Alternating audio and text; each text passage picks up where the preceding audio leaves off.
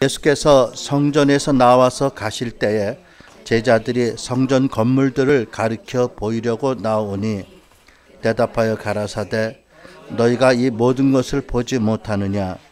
내가 진실로 너희에게 이르노니 돌 하나도 돌 위에 남지 않고 다 무너뜨리우리라. 예수께서 감람산 위에 앉으셨을 때에 제자들이 종령이 와서 가로되 우리에게 이르소서 어느 때 이런 일이 있겠사오며 또 주의 임하심과 세상 끝에는 무슨 증거가 있사오리까.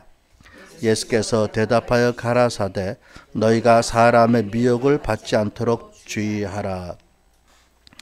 우리 29절 읽기 전에 잠시 좀 설명하고 읽기 원하는데 24절에 예수께서 성전에서 나오셨어요.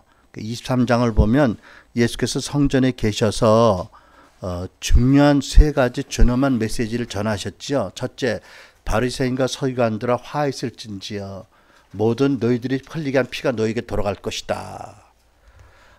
그리고 이 일이 반드시 이 세대에 이르리라고 말씀하셨고요. 그 다음에 바로 본문 위에 내가 가진 성경을 보면 바로 한 페이지 그 윗단에 보면 예루살렘아 예루살렘아 선지자들을 죽이고 내게 파송된 자들을 돌로 치는 자여 암탉의 그 새끼를 날개하러 모음같이 내가 내 자녀를 모으려 한 일이 몇 번이냐. 그러나 너희가 원치 아니하였도다. 보라 너희 집이 황폐하여 버림바 되리라. 여기에서 또 준엄한 선고를 하십니다. 예루살렘 도성이 멸망될 것을. 그리고 말씀하시죠. 너희가 이제 주의 이름으로 오시는 이여 할 때까지 나를 보지 못하리라. 그래서 그 후에 38절 너희 집이 황폐하여 버림바 되리라. 그러니까 예루살렘 도성과 또 저들의 그 성전이 황폐하여 버리게 될 것이다. 세 가지 그 심판을 선언하셨어요. 그러니까 그리고 이제 성전에서 나와서 감람산에 올라가실 때에 제자들이 성전 옆을 걸으면서 예수님께 그 성전 건물들을 가리켜 보이려고 했어요. 주님, 이 어마어마한 성전이 그렇게 무너지겠습니까? 그게 상상이나 될 법한 일입니까? 라는 뜻으로 여쭙죠. 그랬더니 주께서 뭐라고 하시죠? 너희가 이 모든 것을 보지 못하느냐. 너희가 이 건물들을 못 보느냐는 뜻이 아니라 건물들을 보겠지만 영어 성경으로 Don't you see all these things? 너는 이 모든 일들을 이해하지 못하느냐. 이 웅장한 성전이 무너진다는 것을 이해 못하겠느냐 라고 말씀하시면서 준엄하게 이어가시죠. 내가 진실로 너에게 이르노니 돌 하나도 돌 위에 남지 않고 다 무너뜨리라. 제자들이 말하자면 요즘 말로 멘붕에 빠진 거예요. 그래서 감람산에 앉으실 때 종령이 와서 영어 성경으로 privately 개인적으로 와서 묻는 거예요. 너무 놀라서. 그래서 세 가지 질문을 한 거죠. 첫째, 어느 때 이런 일이 있겠사오며. 이런 일이라는 것은 지난번 설교 때 나눈 내용처럼 예루살렘의 멸망과 성전의 철저한 파괴와 어마어마한 살육, 거기에는 서기관과 바리새인들이 포함된 이 일들이 언제 있겠느냐고 물어본 거죠. 그것이 지난주에 그 주제였고, 두 번째 질문이 뭐냐면 또 주의 임하심에는 무슨 증거가 있으리까. 주의 임하심에 대한 질문. 세 번째 질문은 세상 끝에는 무슨 증거가 있으리까 라고 물어본 거죠. 근데 제자들이 이 세 가지의 내용을 한꺼번에 물어본 것은 도무지 예루살렘이 무너지고 어마어마한 저주가 서기관과 바리새인 종교 지도자들에게 내리고 성전이 무너지다는 그 끔찍한 일이 있다면 결국 마지막 대심판 때가 아니겠습니까? 라는 이해로 세 가지 질문을 한꺼번에 던진 거지요. 그런데 이제 오늘은 두 번째와 세 번째 질문에 대한 주님의 답변을 보겠습니다. 두 번째 질문이 뭐냐면 또 주의 임하심과가 아니라 또 주의 임하심에는 무슨 증거가 있겠고 또 세상 끝에는 무슨 증거가 있겠습니까? 이 두 번째, 세 번째 질문이죠. 그렇죠? 이제 거기에 대한 답변으로 주님이 29절부터 말씀하시는데 일단은 29절부터 36절까지 보겠습니다. 같이 29절부터 같이 읽습니다. 시작. 그날 환란 후에 즉시 해가 어두워지며 달이 빛을 내지 아니하며 별들이 하늘에서 떨어지며 하늘의 권능들이 흔들리리라. 그때에 인자의 징조가 하늘에서 보이겠고 그때에 땅의 모든 족속들이 통곡하며 그들이 인자가 구름을 타고 능력과 큰 영광으로 오는 것을 보리라. 저가 큰 나팔 소리와 함께 천사들을 보내리니 저희가 그 택하신 자들을 하늘 이 끝에서 저 끝까지 사방에서 모으리라. 무화과 나무의 비유를 배우라. 그 가지가 연하해지고 잎사귀를 내면 여름이 가까운 줄을 아나니 이와 같이 너희도 이 모든 일을 보거든 인자가 가까이 곧 문 앞에 이른 줄 알라. 내가 진실로 너에게 말하노니 이 세대가 지나가기 전에 이 일이 다 이르리라. 천지는 없어지겠으나 내 말은 없어지지 아니하리라. 그러나 그날과 그때는 아무도 모르나니 하늘의 천사들도 아들도 모르고 오직 아버지만 아시느니라. 아멘. 여기서 다시 한번 말씀하지요. 이 세대가 지나가기 전에, 이 세대가 죽기 전에 이 일들이 다 성취될 것이다 라고 분명히 이 시점을 말씀하셨어요. 그러니까 우리가 거듭 보았지만 이 세대라는 것은 성경에서 항상 40년 어간의 기간을 말씀한다.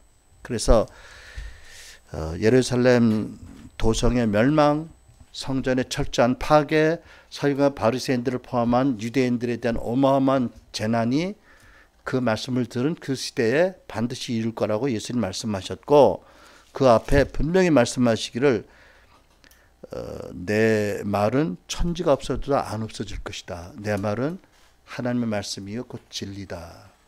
분명히 이루어질 것이다 라고 말씀하시고 그러나 그때 언제죠? 세 번째 질문에 대한 거죠. 세상 끝 그날은 인자도 모르고 천사도 모르고 오직 아버지만 아신다. 이렇게 설명을 해 가신 것입니다. 그래서 우리가 지난 주일에 이어서 지난 그 1월 달에 서울에 있었던 애찬 컨퍼런스에서 그 피로 워거너 박사님이 그 중요한 강의를 했는데 그 중에 하나가 통치적 종말론에 대한 특강이고요. 또 하나는 그 열린 신론, 오픈 티이즘이라는 열린 신론이라는 강의를 하셨어요. 이게 서로 연관 있는 중요한 강의입니다. 근데 그때 그 와그너 박사님이 시간 관계상 당신이 왜 그렇게 믿는지를 설명을 자세히 안 하셨는데 우리가 국제 애참에 속한 AIM의 교회이기 때문에 피로 워거너 박사님이나 최한 사도가 믿는 국제 애참의 리더들이 믿고 따르는 통치적 종말론이 무엇인지 알아야 될 필요가 있다. 자세히 설명할 필요가 있다고 해서 두 번째 이제 알아보는 시간이지요. 자, 그래서 여러분 이 제자들이 예수님께 개인적으로 종용이 나와서 묻는 두 번째 질문의 요지, 주님이 임하시면 무슨 징조가 있사오리까라고 묻습니다. 여러분 이 두 번째 질문의 내용이 뭔지 이해가 되시죠? 일단 주님의 임함에는 무슨 징조가 있겠느냐? 세 번째는 세상 끝날에는 무슨 징조가 있겠느냐? 이게 두 번째, 세 번째 질문을 한 센텐스로 이어서 물어본 거예요. 그렇죠? 근데 내용은 갈라질 수 있는 거죠. 그 많은 설교자들이 이 질문이 제자들의 질문, 주님의 임하심에 무슨 징조가 있사오리까라는 질문이 재림에 관한 것으로 생각을 합니다. 그래서 그분들이 믿기에는 마태복음 24장 4절로 22절에 말씀하신 난리와 난리, 지진, 처처의 기근, 또 전쟁, 환란, 그리고 불법이 성하고 사람들이 서로 잡아주고 또 서로 미워하겠고 복음이 모든 민족에게 전파되고 또 가증한 것이 다니엘이 가증한 것이 거룩한 것 선 것을 보거든 유대인 자들은 도망가라. 이 일이 안식일에 있지 않도록 기도하라. 겨울에 있지 않도록 기도하라. 지금부터 창세 이후로 지금까지 이후에도 이런 환란이 없겠다. 이 말씀이 앞으로 이루어질 것이다. 그러고 난 다음에 적그리스도가 나타나고 멸망에 가증한 것을 적그리스도로 해석하고요. 이 대환란이 있은 다음에 주님이 재림하신다. 이렇게 이제 믿고 많이 가르칩니다. 그런데 우리 와그너 박사님과 최한 사도나 국제 애참의 리더들이 빌 존슨이나 제임스 골이나 우리가 그때 최소한도 그때 왔던 분들이 한결같이 얘기한 것은 다른 견해를 가진 것입니다. 통치적 종말론을 믿는다라고 말한 거지요.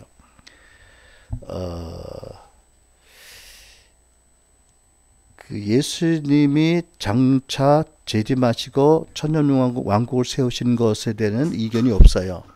차이는 뭐냐면 이 마태복음 24장에 있는 이 재난의 예언이 앞으로 성취될 거냐 이미 역사적으로 성취되었느냐에 따른 이해가 다른 거예요.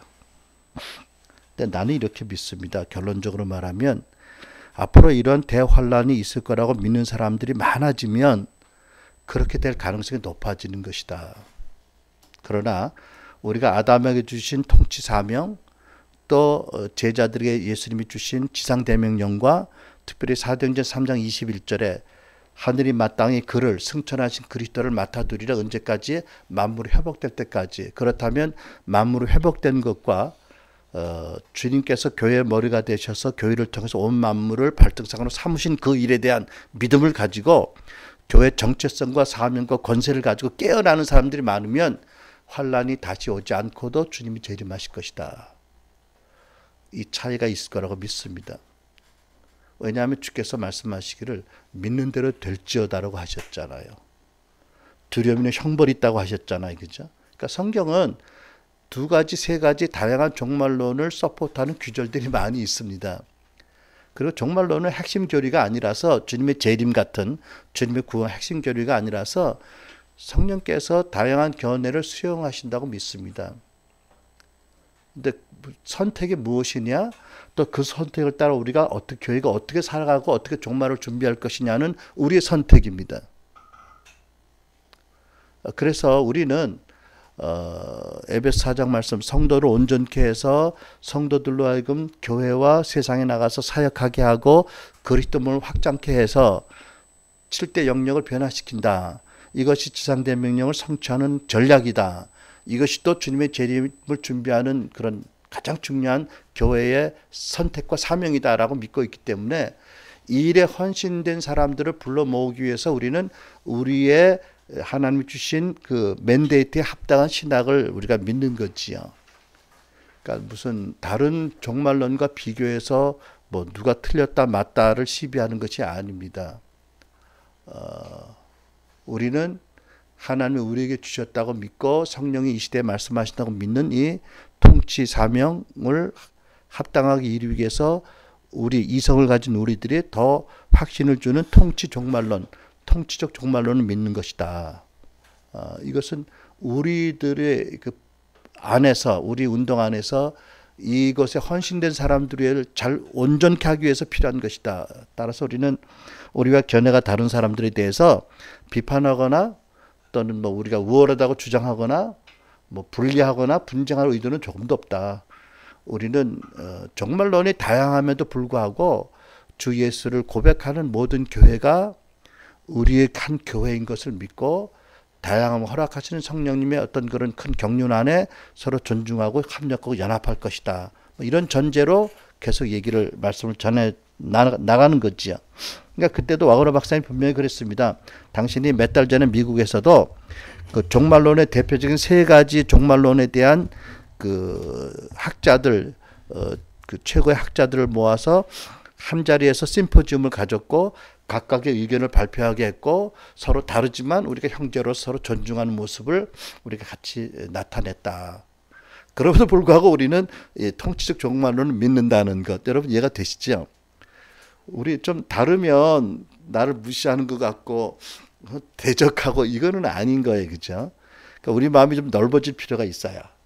그렇죠? 자, 그래서 우리는 국제 HRM 리더들이 동의하는 일부 학자들의 이해는 좀 다르다.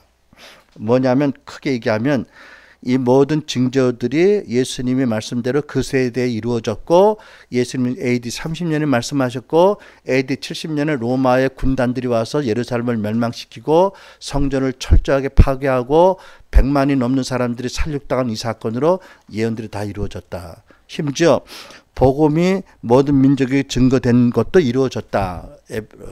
골로새서 말씀, 로마서 말씀을 통해서 사도 바울이 복음이 땅까지 이미 이루어졌다라고 고백을 하고 기록을 했기 때문에 그 당시 알려진 세계는 이미 복음이 그 40년 동안 충분히 전파되었다. 이 말씀도 이루어졌다.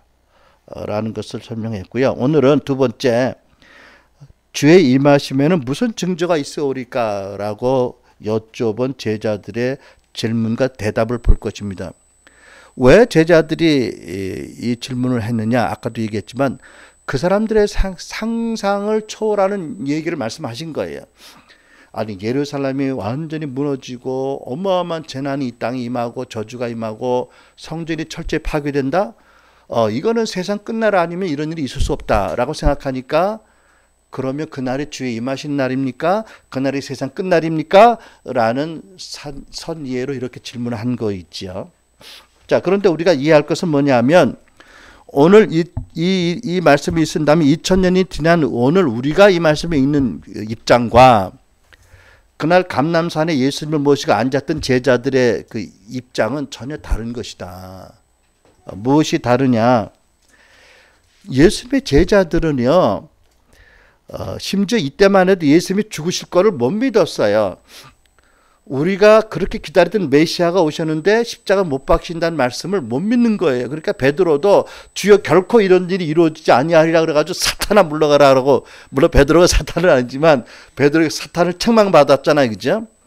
여러분, 사도행전 1장 8장을 보면 참 놀라운 일이 있습니다. 이 사람들의 그 당시에 그 사고방식이 이해가 어떻는지 알 수가 있는데, 예수께서 말씀하잖아요. 그죠? 사도행전 1장 3절, 해 받으신 후에 또한 저희에게 많은 확실한 증거로 친히 사심을, 부활하여 살아계심을 나타내사 40일 동안에 저에게 보이시며 무엇을 말씀하셨지요? 하나님 나라 일을 말씀하셨어요. 그리고 예수께서 예루살렘을 떠나지 말고 너희들이 하나님 나라를 나를 이어서 계승해서 전해야 될 텐데 위에서 아버지 약속하신 것을 기다리라. 뭐였죠? 성령의 능력으로 임하심, 세례를 기다리라. 그리고 너희들이 며칠이 못해서 성령을 세례를 받으리라 하셨더니, 기껏 이렇게 했는데 제자들이 6절에 뭐라고 참 예수님을 실망시키는 질문을 하지요? 저희가 모였을 때에, 그러니까 제자들 함께 모인 거예요. 도무지 우리가 이해가 안 된다. 우리가 함께 모인 자리에서 주님께 여쭤보자. 뭘 여쭤봤어요? 묻자와 가로되 주께서 이스라엘 나라를 회복하시면 이때가 아닙니까? 주님, 무슨 말씀을 하세요? 메시아가 이제 죽으시고 부활하셨는데 그건 믿겠는데, 승천하시기 전에 유대를 독립시키시고 유대가 과거 영화로운 그 솔로몬 때, 다윗 때 같이 그 지역의 온 지역을 다스리도록 변화시켜 주셔야 되지 않습니까? 그냥 승천하시겠습니까? 라고 묻잖아요. 그죠? 예수님이 예수님이 기가 막히실 일 없지요. 다 알고 계시니까 뭐라고 말씀하시냐면, 때와 기한은 아버지께서 자기 권한에 두셨으니 너희가 알 바가 아니고 오직 성령이 너희에게 임하시면 너희가 권능을 받고 예루살렘과 온 유대와 사마리아 땅까지 이르러 내 증인이 되라. 주님이 말씀하시는 그 시제하고 제자들이 생각하는 시제가 전혀 다른 거예요. 이 제자들의 생각이 좀 엉켜 있어요. 그죠? 그러니까 이 당시만 해도 예수님이 그렇게 기다리던 메시아라고 분명히 믿었는데, 예수가 그리스도라고, 이분이 죽으신다? 이거 못 믿었어요. 그럴 수가 없다. 못 믿었던 거예요. 그러니까 그렇게 못 믿던 사람들이 재림에 대한 질문을 할 리가 없잖아. 그죠? 십자가 죽음도 지금 못 믿고 있는데, 지금 사도행전의 1장까지 못 믿고 있는데, 심지어 죽고 부활하신 다음에도, 그 다음에도 여전히 정치적인 독립을 이제 생각하고 있는데, 주의 재림을 질문할 그런 마인세트가 아닌 거였었어요. 그죠? 그러면 그 제자들이 질문한 그 내용 중에 주의 임하심이란 표현이 뭐냐? 결국 이런 거죠.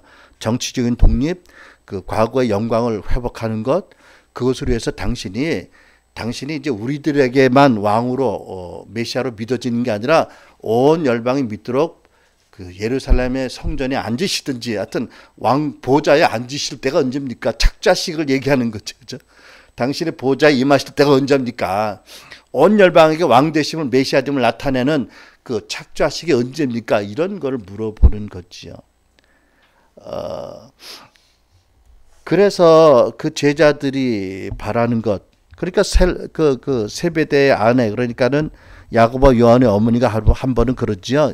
예수님께 오셔서 주여 그날에 내 아들 중에 하나는 주의 우편에 하나는 좌편에 앉게 하소서. 이건 그런 거예요. 주님, 당신이 이제 당신의 메시아됨을 이제 온 열방에 나타나시고 보좌에 앉으실 때에 좌의정은 우리 아들 하나, 우의정은 뭐 이렇게 얘기한 거지요. 이분들에게는 이것만 충만한 거예요, 그때.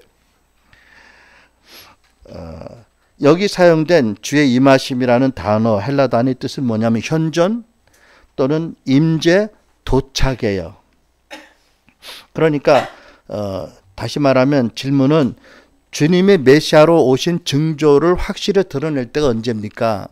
주님이 당신의 보좌에 앉으셔서 당신의 왕됨을 열방에 드러낼 때가 언제입니까? 라고 질문한 것입니다. 주님은 이 질문에 대해서 사도행전 1장 8절처럼 그때는 제자들에게 성령이 임하시면 권능을 받고 증인되라고 하신 것처럼 당신의 그 놀라운 비밀을 풀어내세요. 그 제자들의 의문의 현답을 하시는 것 같이 당신의 경륜을 나타내시죠. 좀 더 설명하겠지만, 그러니까 주의 임하심이 언제 이루어졌느냐? 주의 임하심이 앞으로 두 번 있을 거예요. 첫 번째, 예수께서 이제 승천하셔서 하늘 보좌 옆에 아버지 왕자 옆에 착좌를 하실 겁니다. 그리고 그때부터는 주께서 마치 문 밖에 임하시고도 언제든지 재림하실 수 있는 상황이 된 거예요. 두 번째, 주님이 그 하늘 보좌에서 다시 이 땅의 보좌로 내려오시는 재림 때 두 번 이루어질 거거든요. 근데 제자들이 이것을 한 번이라고 생각을 했었어요. 그러니까 언제 주의 임하심이 이루어졌죠?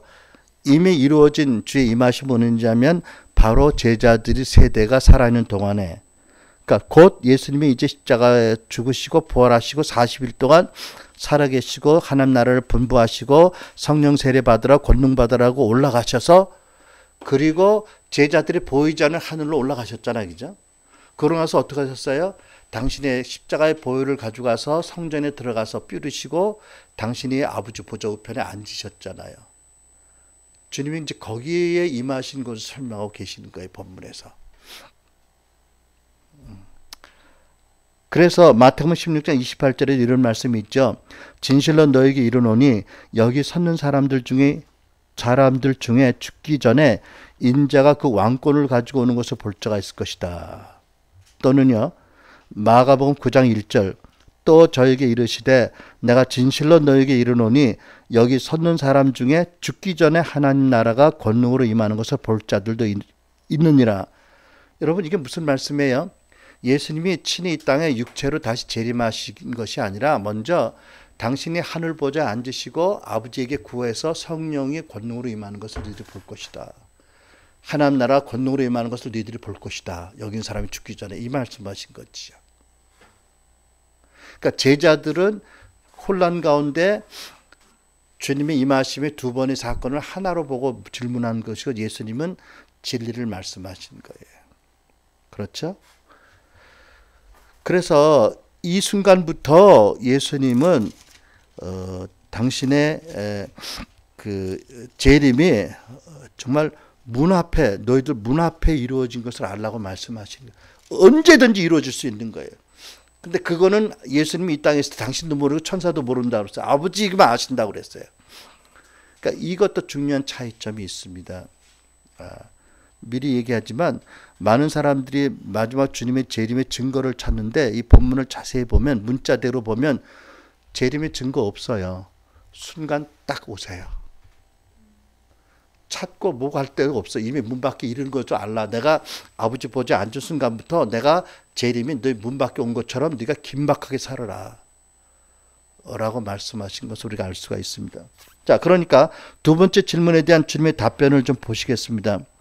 이 본문 29절이 이 주님의 제자들의 두 번째 질문의 답변이라고 알 수 있는 것은 뭐냐면, 첫째, 그날 환란 후에 뭐죠?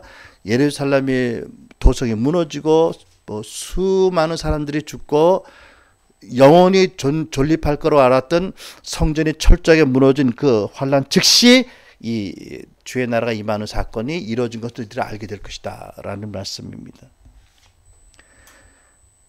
제자들은 그 예루살렘이 무너지는 것도 믿기 어려웠지만 무엇보다도 성전이 철저히 무너진다는 것은 상상도 꿈에도 생각을 못한 일이에요.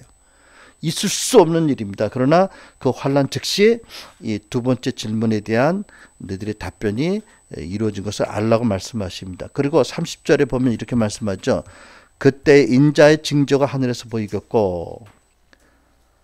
여러분, 많은 사람들이 이 인자의 징조가 하늘에서 보이는 것이 주님의 재림이 하늘에서 나타나는 징조라고 보는데, 여기 분명히 보면 인자의 징조라고 되어 있지 당신의 친히 나타나는 징조 아니에요.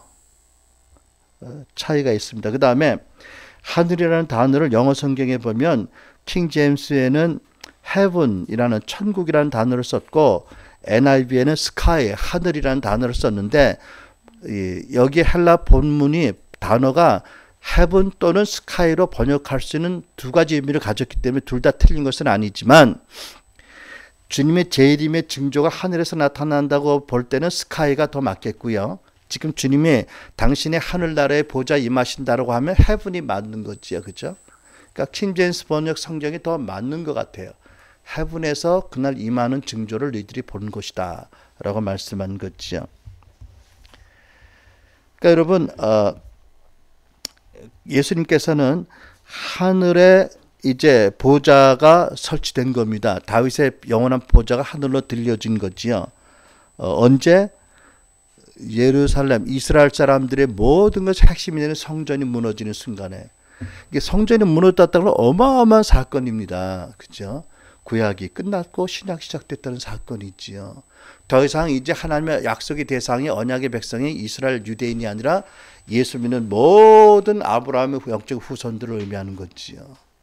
이제는 율법 시대가 아니라 복음의 시대가 시작되는 것을 의미하는 거죠. 역사의 핵심의 중간에 있는 사건입니다. 그리고 유대의 건축자들이 버린 돌이 새 성전의 모퉁이 돌이 되었다.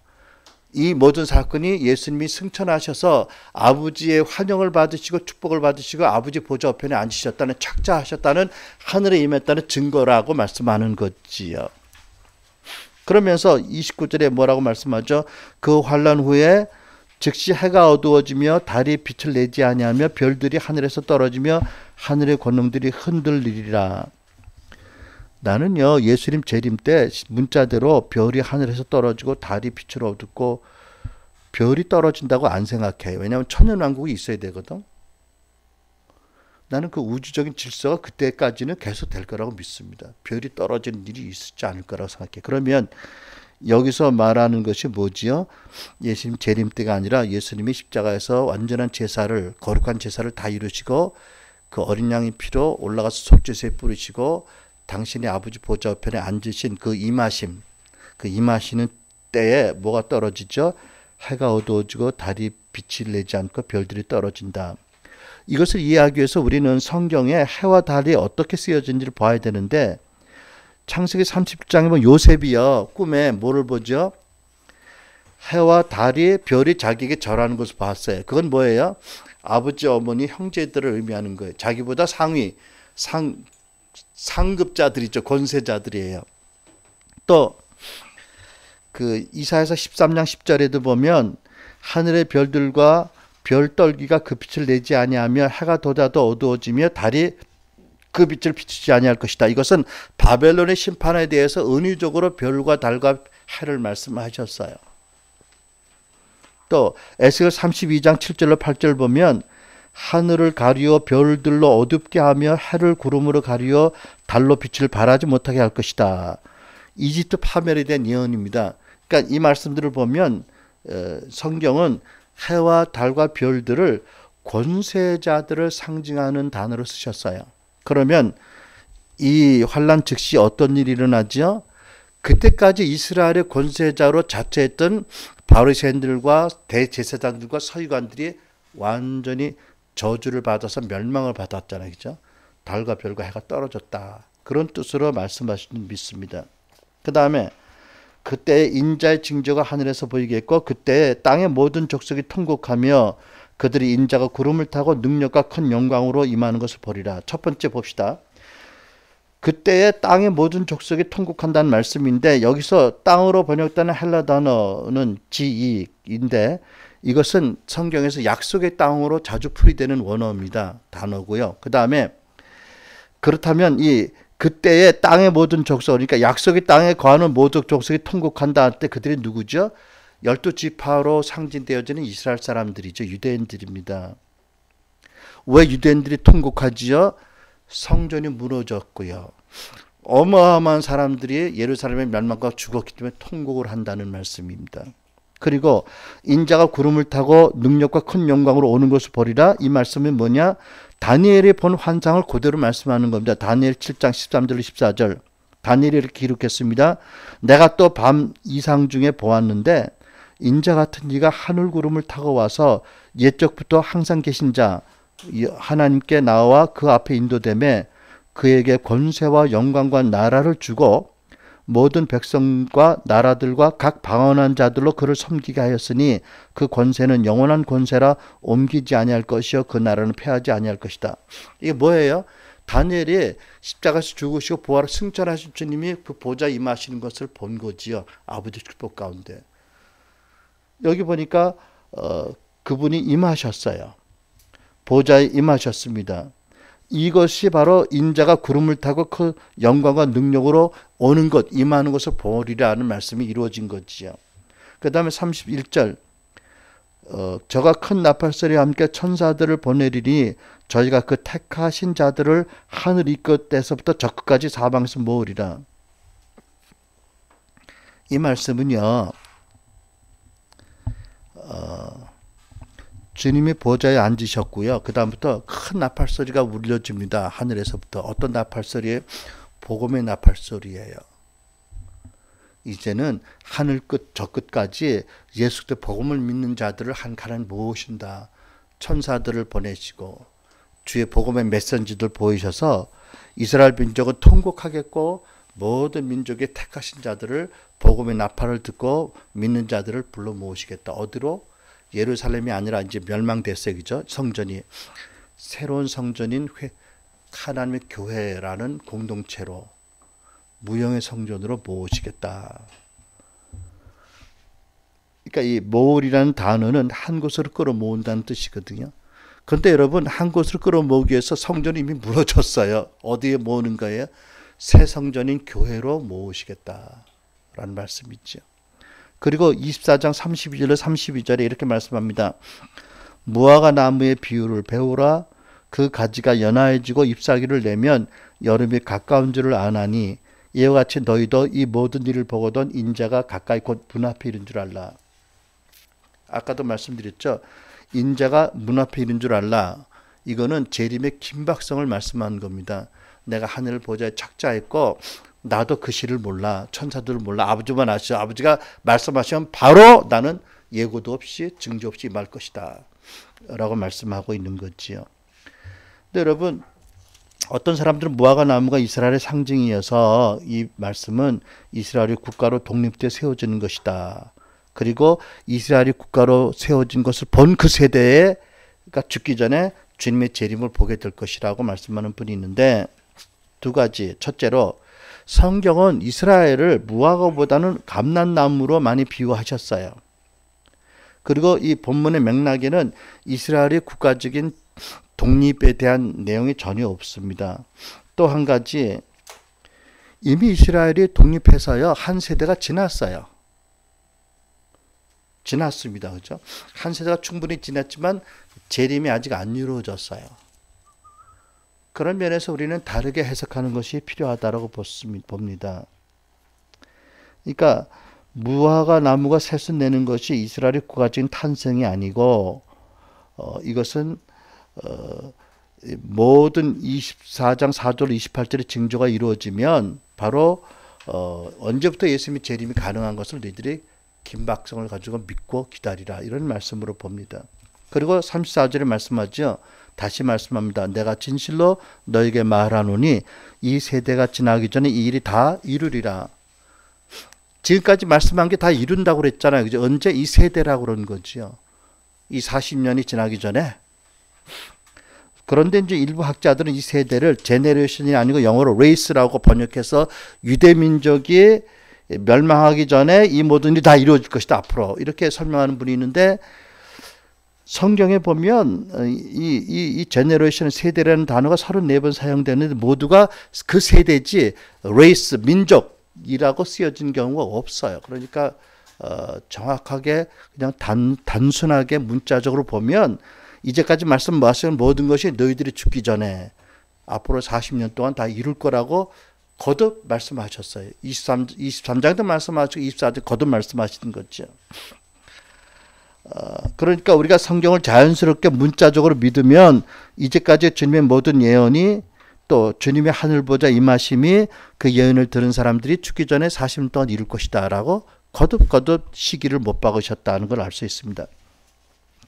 그 요한 칼빈이 이렇게 썼습니다. 그리스도께서 당신의 말씀의 진리라는 것을 그 세대가 마치기 전에 경험적으로 알게 될 것이라고 말씀하셨다.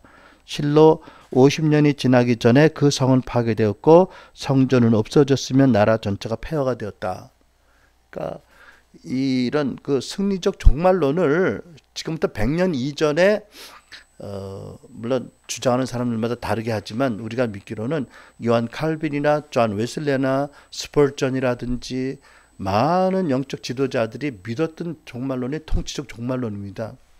다만 100년 전에 스코필드 관주 성경이 나왔고 사람들이 2차 세계대전과 1차 세계대를 지나면서 인간에 대한 깊은 낙심 또 삶의 긴박하고 어려워짐 때문에 이제 파괴적인 종말론을 확산이 되어버렸지만 우리는 그렇게 생각하지 않습니다. 어쨌든 자 이제 이래서 두 번째 질문과 두 번째 질문에 대한 답변을 봤고요. 마지막으로 이제 세 번째 질문에 대한 답변을 보겠습니다. 예수님의 제자들이 물으셨죠. 세상 끝에는 무슨 징조가 있사오리까?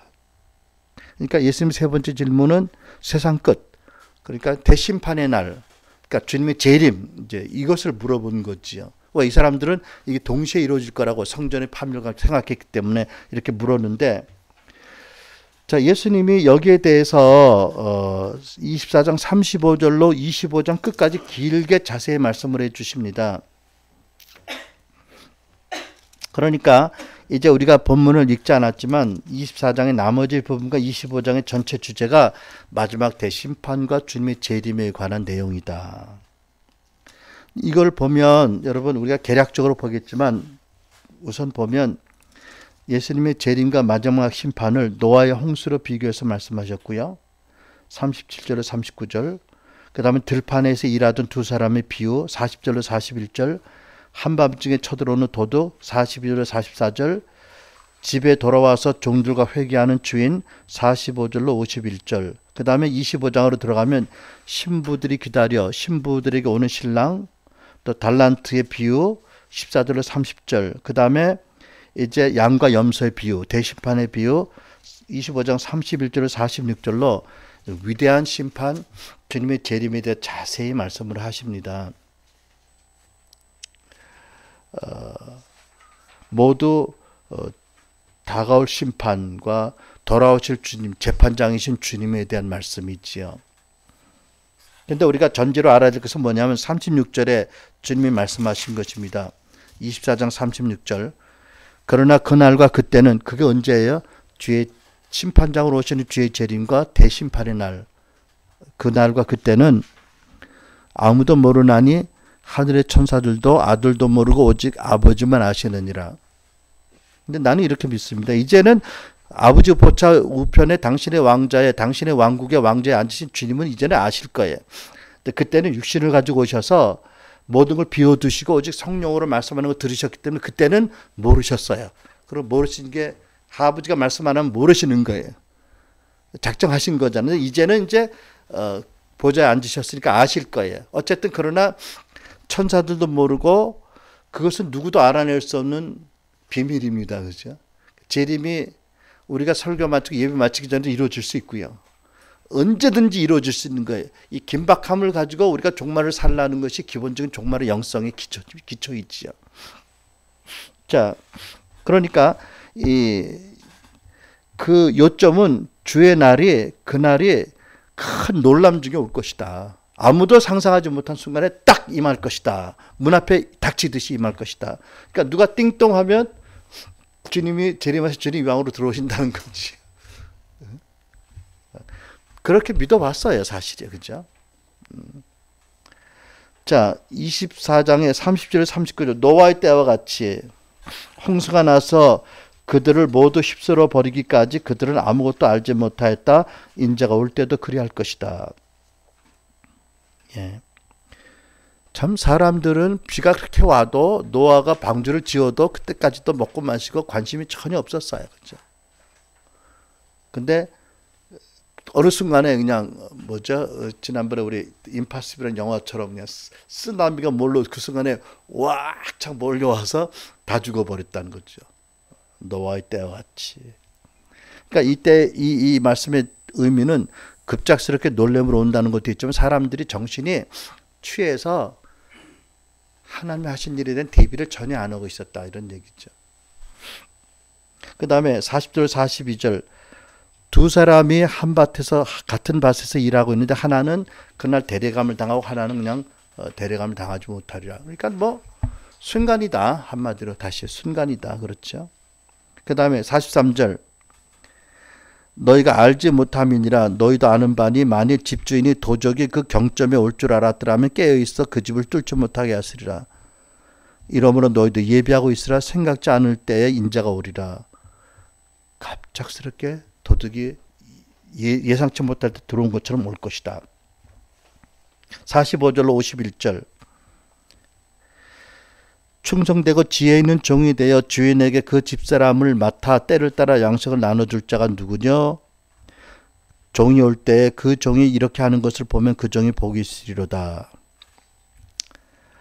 근데 동무들을 때리고 술친구로 더불어 먹고 마시게 되면 생각지 않은 날 알지 못하는 시간에 주인이 이르러 엄히 때리고 외식하는 자의 바들을 유래 처하리니 거기서 슬플며 이를 갈미 있으리라. 이 종이 주인이 더디올 줄 알고요. 지멋대로 했던 거지요. 갑자기 돌아와서 심판을 당하는 거지요. 그 다음에 여러분 25장에 보면 1절로 13절 신랑이 기다린 열처녀 비웁니다. 근데 여기에서 중요한 건 뭐지요? 열처녀들이 신랑이 온다는 날짜를 어려움부터 짐작은 했어요. 그죠? 그래서 다 모이기는 했어. 신랑이 오도록. 근데 재밌는 게 그중에 지혜로운 5 처녀도 졸고 미련한 처녀도 조는 건 똑같아. 졸았는데 신랑이다 하고 딱 정신을 차려보니까 무슨 일이 생겼어요? 5 처녀들은 기름이 다 떨어서 불이 깜빡깜빡 하는데 예비된 기름이 없어. 근데 5 처녀는 예비된 기름이 있었어. 예비된 기름이 있는 처녀들은 신랑과 함께 잔치자리에 들어가고 기름이 떨어진 처녀들은 밖에서 이를 갈고 슬퍼 울미 있으리라. 이 엄청난 사건이죠. 나는 기름 부으심이 여기서도 강조되는 초점이 될 거다. 성령의 다스리심, 성령의 우리 가운데 활동하심에 대해서 예비된 자들은 그날 잔치에 들어갈 거고 믿는다고 하지만 성령을 환영하지 않고 성령께 민감하지 않고 기름 부음에 관심도 없으면 겉으로 보기에는 똑같이 준비된 신부이지만 결정적 순간에 못 들어갈 수도 있다라고 나는 읽습니다. 이거 잘 설명해야 되겠고 이것 때문에 또 상처받을 사람이 있을지 모르지만 아무리 봐도 그 메시지가 있어요. 예수께서 말씀하셨잖아요. 내가 떠나는 것이 유익이다. 내가 육체로 베드로야 야고보야 너희들하고 같이 있는 것보다 내가 십자가에서 죽고 부활하고 승천하는 게 유익이다. 왜? 내가 가야 성령이 오신다. 그러면 우리 예수 믿는 사람 예수님을 가장 귀하게 여기는 것만큼 성령도 가장 귀한 가치로 여기고 그분이 우리를 치유하시고 가르치시고 인도하심을 가장 귀하게 여기고 성령을 환영해야 되잖아요. 성령이 오시면 우리에 대한 아버지 사랑을 부어주시고 예수의 말씀을 생각나게 하시고 우리가 필요할 때 그 음성을 듣게 하시잖아요. 그죠?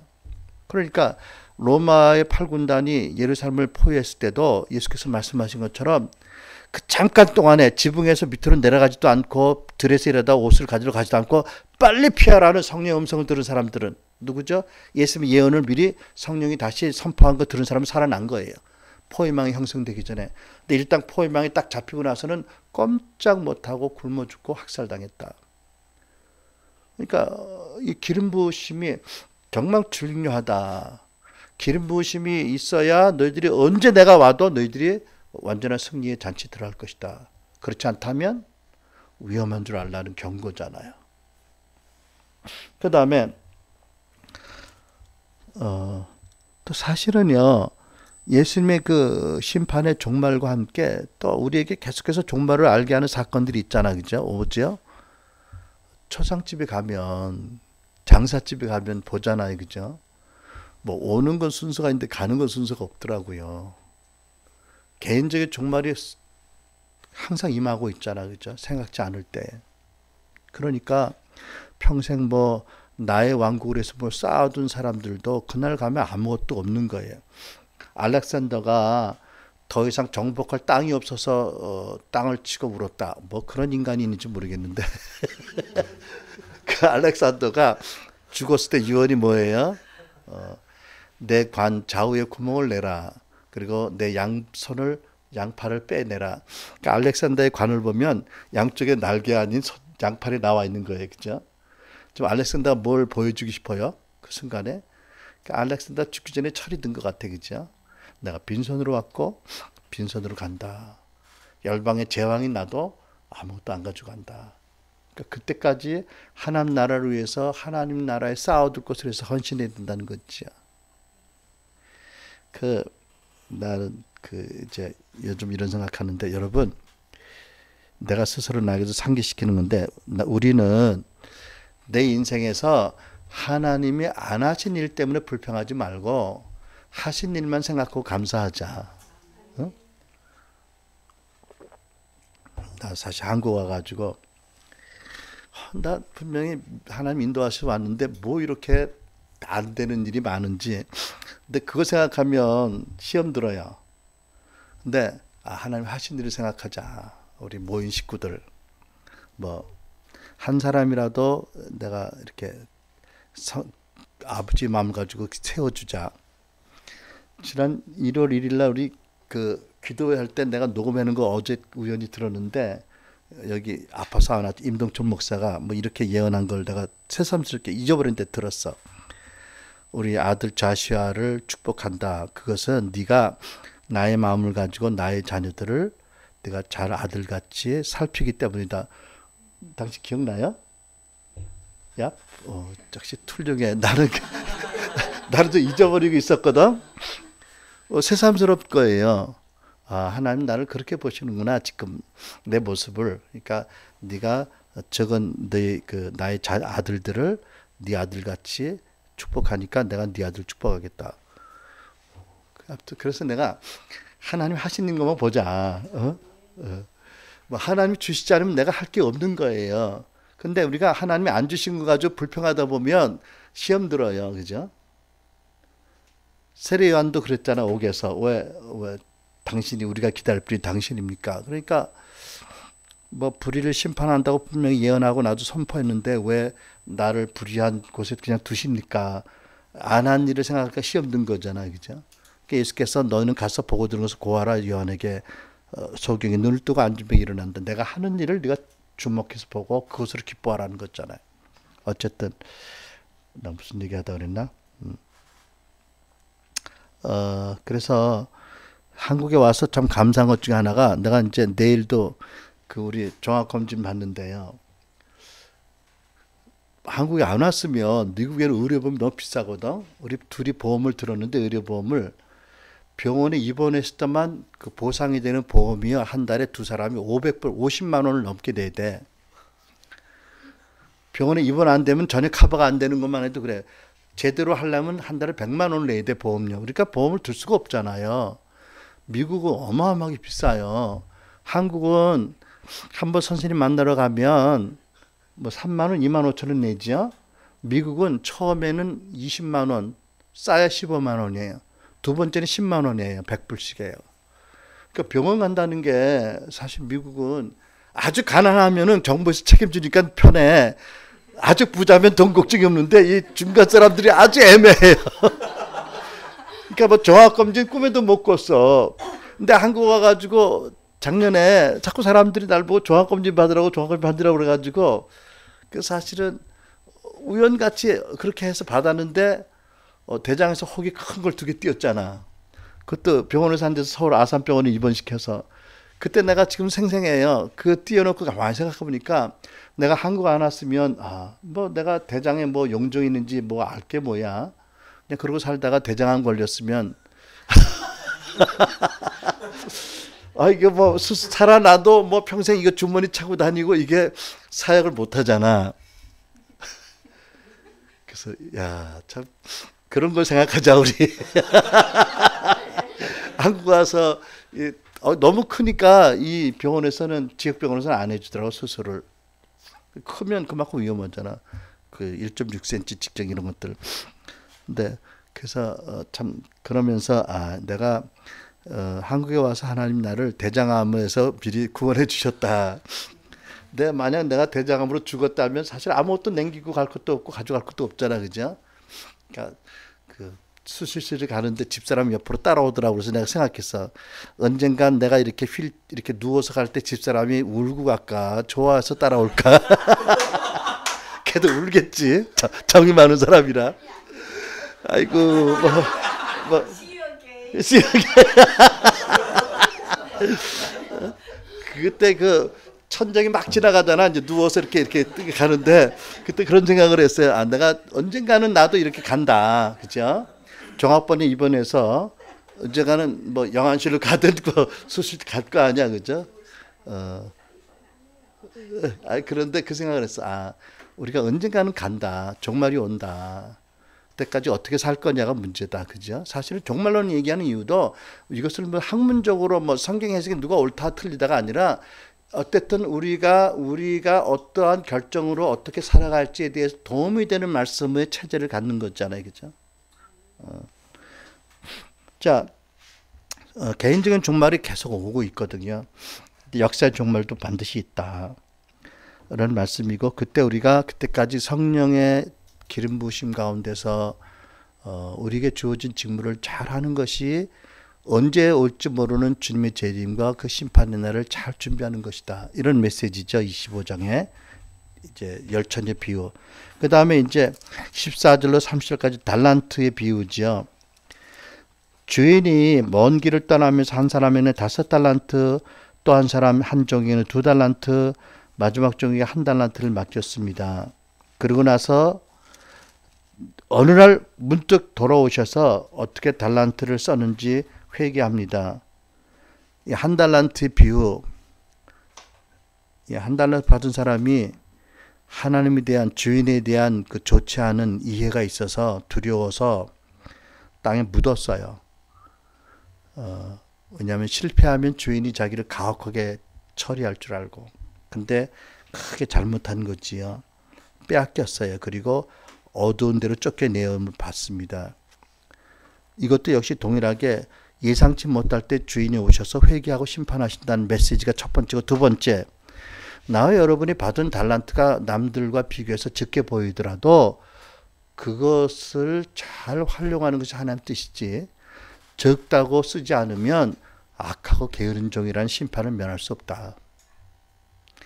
과거에 무슨 은사자들 통해서 시험을 받았던, 손해를 당했던, 상처를 받았던 하나님께서 나는 너희들이 모두가 다 예언하기 원하고 나는 너희들이 다 신령한 자가 되기 원한다고 하셨는데, 은사나 기름 부으심에 대해서 관심을 안 가지면, 땅에 묻으면 어쩔 수 없어요.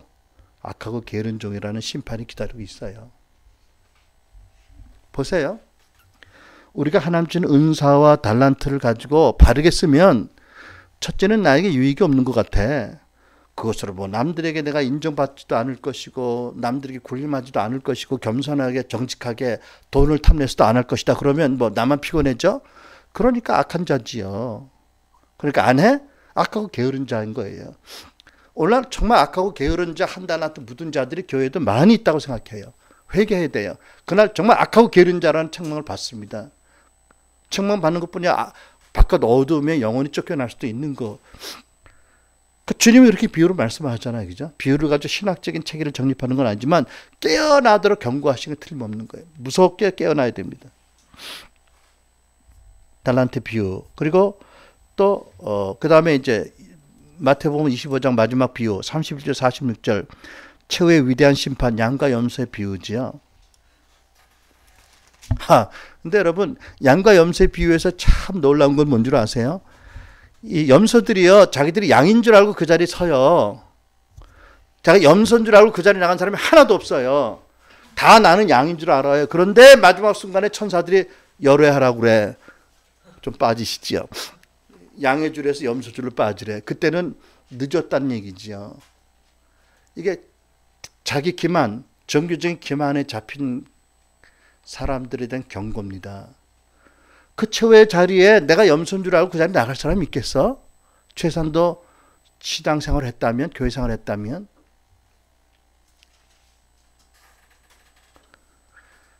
예수님께서 의로운 자와 불의인 자를 심판으로 재림하실 겁니다. 그래서 주를 믿고 섬기고 핍박당하고 힘든 사람들에게 상급을 주실 겁니다. 영원한. 주를 조롱하고 교회를 핍박하고 그 하나님의 성령의 그 걸림돌이 있는 사람들을 영원히 심판받을 것입니다. 그러나 또 우리 예수 믿는 신앙생활 우리는 내가 정말로 끝까지 양으로서 주님께 순종했느냐, 염소로서 자기 일을 드러내고 고집을 부렸느냐, 그렇다면 내가 양인 줄 알았는데 염소의 정체가 드러날 때도 있을 수 있다. 깨어나라 라는 말씀이죠. 자, 그래서 여러분 이제 세 번째 질문에 대한 주님의 말씀의 가장 중요한 요점이 뭐죠? 예수님이 세상 끝날은 아무 징조 없이 온다는 말씀을 강조하고 있습니다. 여러 사람들이 마지막 때의 징조를 찾고 지진과 전쟁과 뭐 여러 가지를 하고 있는데 뭐 제가 거기에 대해서는 말하고 싶지 않지만 내가 성경을 보고 우리가 믿는 바에 의하면 예수님이 하늘 보좌 임하신 순간부터 주님의 재림은 아무 징조 없이 돌연히 나타난다. 더 엄중한 거예요, 사실이요. 그러니까 미리 예비된데 뭐 피난처에 가 거기서 뭐 회개할 거 회개하고 뭐 기다려 그럴 여지 없어요. 한바탕 이러다가 하나는 들린다고 하나는 남겨두잖아요. 전혀 상상하지 못할 때 오신다고 그러잖아요, 그죠? 그러니까 뭐 재림의 징조를 따지고 표직을 따지고 할 순간도 없는 거예요. 이미 어느 순간인지 돌연히 오세요. 그러니까 깨있으라고 하시잖아요, 그죠? 그런 것에 신경 쓰지 말고 차라리 말하자면 우리는 뉴턴이 말한 것처럼 내일 세계 종말이 오더라도 나는 사과 한 그루 심겠다. 순종의 사과 한 그루 심는 그 자세로 살라는 거지요. 그러니까 여러분 우리는 성령께서 교회들에게 전하신 말씀, 교회 회복, 사회 변혁, 우리가 전하는 그런 사명을 받은 단체입니다. 교회입니다. 그렇기 때문에 우리는 이 종말적인 통치적 종말론의 영성을 가지고 언제 주님이 재림하시더라도 첫째 성도를 온전케 하는 일을 열심히 해야 된다. 나와 여러분이 주님을 인격적으로 사역적으로 닮아하는 데 열심히 해야 된다. 우리에게 보내신 곳에서 우리가 소금과 빛과 더불어 예수님의 제자 사명을 감당하고 거기에 하나님 나라가 임하도록 거기가 성령의 다스림 가운데 우리가 살아야 된다. 그렇게만 살고 있으면 언제 재림하시도 하나도 두려울 것이 없다. 또 그렇게 사는 사람들이 교회에 더 많아질 것 같으면 어마어마한 환란이 오지 않고도 주님이 재림하실 것이다. 그리고 천년왕국 이루실 것이다. 왜 꼭 적그리스도가 다시 나타나야 되고 대환란이 있어야 정금 같은 믿음을 갖겠느냐? 아니, 우리는 그런 것을 통해서 정금 같은 믿음을 갖겠다고 하는 것도 내가 비방할 마음은 없지만 중요한 것은 두려움으로 우리가 깨어나겠느냐? 아니에요. 나는 성경을 전체를 보면 하나님께서 사랑으로 우리를 깨우시더라고요. 감당하지 못할 사랑을 성령으로 깨우십니다. 그 사랑으로 감당하지 못할 죄인이 은혜 받아서 그 사랑으로 섬기고 노래하고 예배하고 그 사랑으로 하나님 섬기는 것이 하나님의 성경 말씀의 주제입니다. 두려움에는 형벌이 있습니다. 더 많은 종말에 대한 두려움을 더 많이 갖게 되면 사단이 그것을 예배로 받습니다. 그런 사람이 많을수록 사단이 힘을 받습니다. 믿음대로 된다는 말씀처럼 부정적으로 될 수도 있다고 생각해서 우리는 거기에 관심을 안 갖겠습니다. 성도들을 온전케 하고 보내신 곳에서 우리가 사역을 하고 주님의 제자로서 성령의 기름 부으신 가운데 말씀과 사역을 하고 우리가 충실히 주어진 일을 하다 보면 언제 주님의 재림하시고 대심판 날이 오든지 우리는 두려워할 것이 하나도 없다. 우리 그렇게 살아야 되겠다. 우리 그렇게 살자. 그래서 우리는 정말 성령님 오셔서 우리를 깨워주길 기도합니다. 그분이 오시면 주의 말씀이 다 기억나게 하시고 우리에게 삶의 십자가를 세워주시고 우리가 우리를 부인하고 주님을 따르게 하시고 주어진 역할을 잘 감당하면서 두려워하지 않고 사랑으로 그분의 재림을 기다리다가 승리하는 주님의 승리 대열에 참여할 것이다. 영광의 잔치자리에 들어갈 것이다. 우리는 이 종말론을 가지고 살아가자. 이것이 우리 교회, 우리 AIM, 국제 HIM이 우리가 믿고 따르는 것이다. 우리는 그렇게 살 것이다. 내일 종말이 와도 우리는 사회 변혁으로 해서 기도할 것이고 사회 변혁으로 해서 젊은 사람들 훈련을 내보낼 것이고 두려움이 아니라 주님을 사랑하는 주님의 말씀이 이루어지도록 지상대명이 이루어지도록 아담의 통치 사명이 이루어지도록 사도행전 3장 21절 예수님이 재림하기 전에 만유가 회복되는 일이 완성이 안 되더라도 최소한도 시작되도록 우리가 헌신하면 조금도 언제 주님이 재림하셔도 우리는 기뻐할 것이고 두려워할 것이 없다. 나는 우리 자녀 세대들이 그렇게 어마어마한 환난을 통과해야만 정같이 된다는 것은 그렇게 안 되기 바라요. 나는 하나님의 사랑과 진리와 은혜 가운데서 저리 깨어나서 그리고 정말 승리하는 교회로 이미 넉넉히 이기는 자로 세움받은 교회가 베드로라는 정체성을 확인한 것만으로도 지옥의 대문이 흔들거리는 이 권세를 회복하는 교회들이 많이 일어나길 바라고 우리가 이 메시지를 전하고 또 우리가 바로 종말을 대비하는 삶을 살아가야 되겠다. 그렇게 믿습니다. 기도하겠습니다. 여러분 이 시간에 우리 통성으로 기도할 때에 하나님이 오늘 여러분에게 무슨 말씀을 하셨는지 그 말씀을 붙잡고 그 말씀에 관해서 여러분 먼저 기도하기를 바랍니다. 혹시 여러분들이 그 달란트 비유를 통해서 하나님이 나에게 주신 달란트를 묻어둔 사람이 있었다고 한다면 회개할 것이고 또는 참 주님의 재림이 임박한지를 모르고 안일하게 살았다면 하나님 성령으로 말미암아 나를 깨워주시고 은혜와 진리로 말미암아 내가 바르게 종말적인 관점 영성을 가지고 살아가게 해주십시오.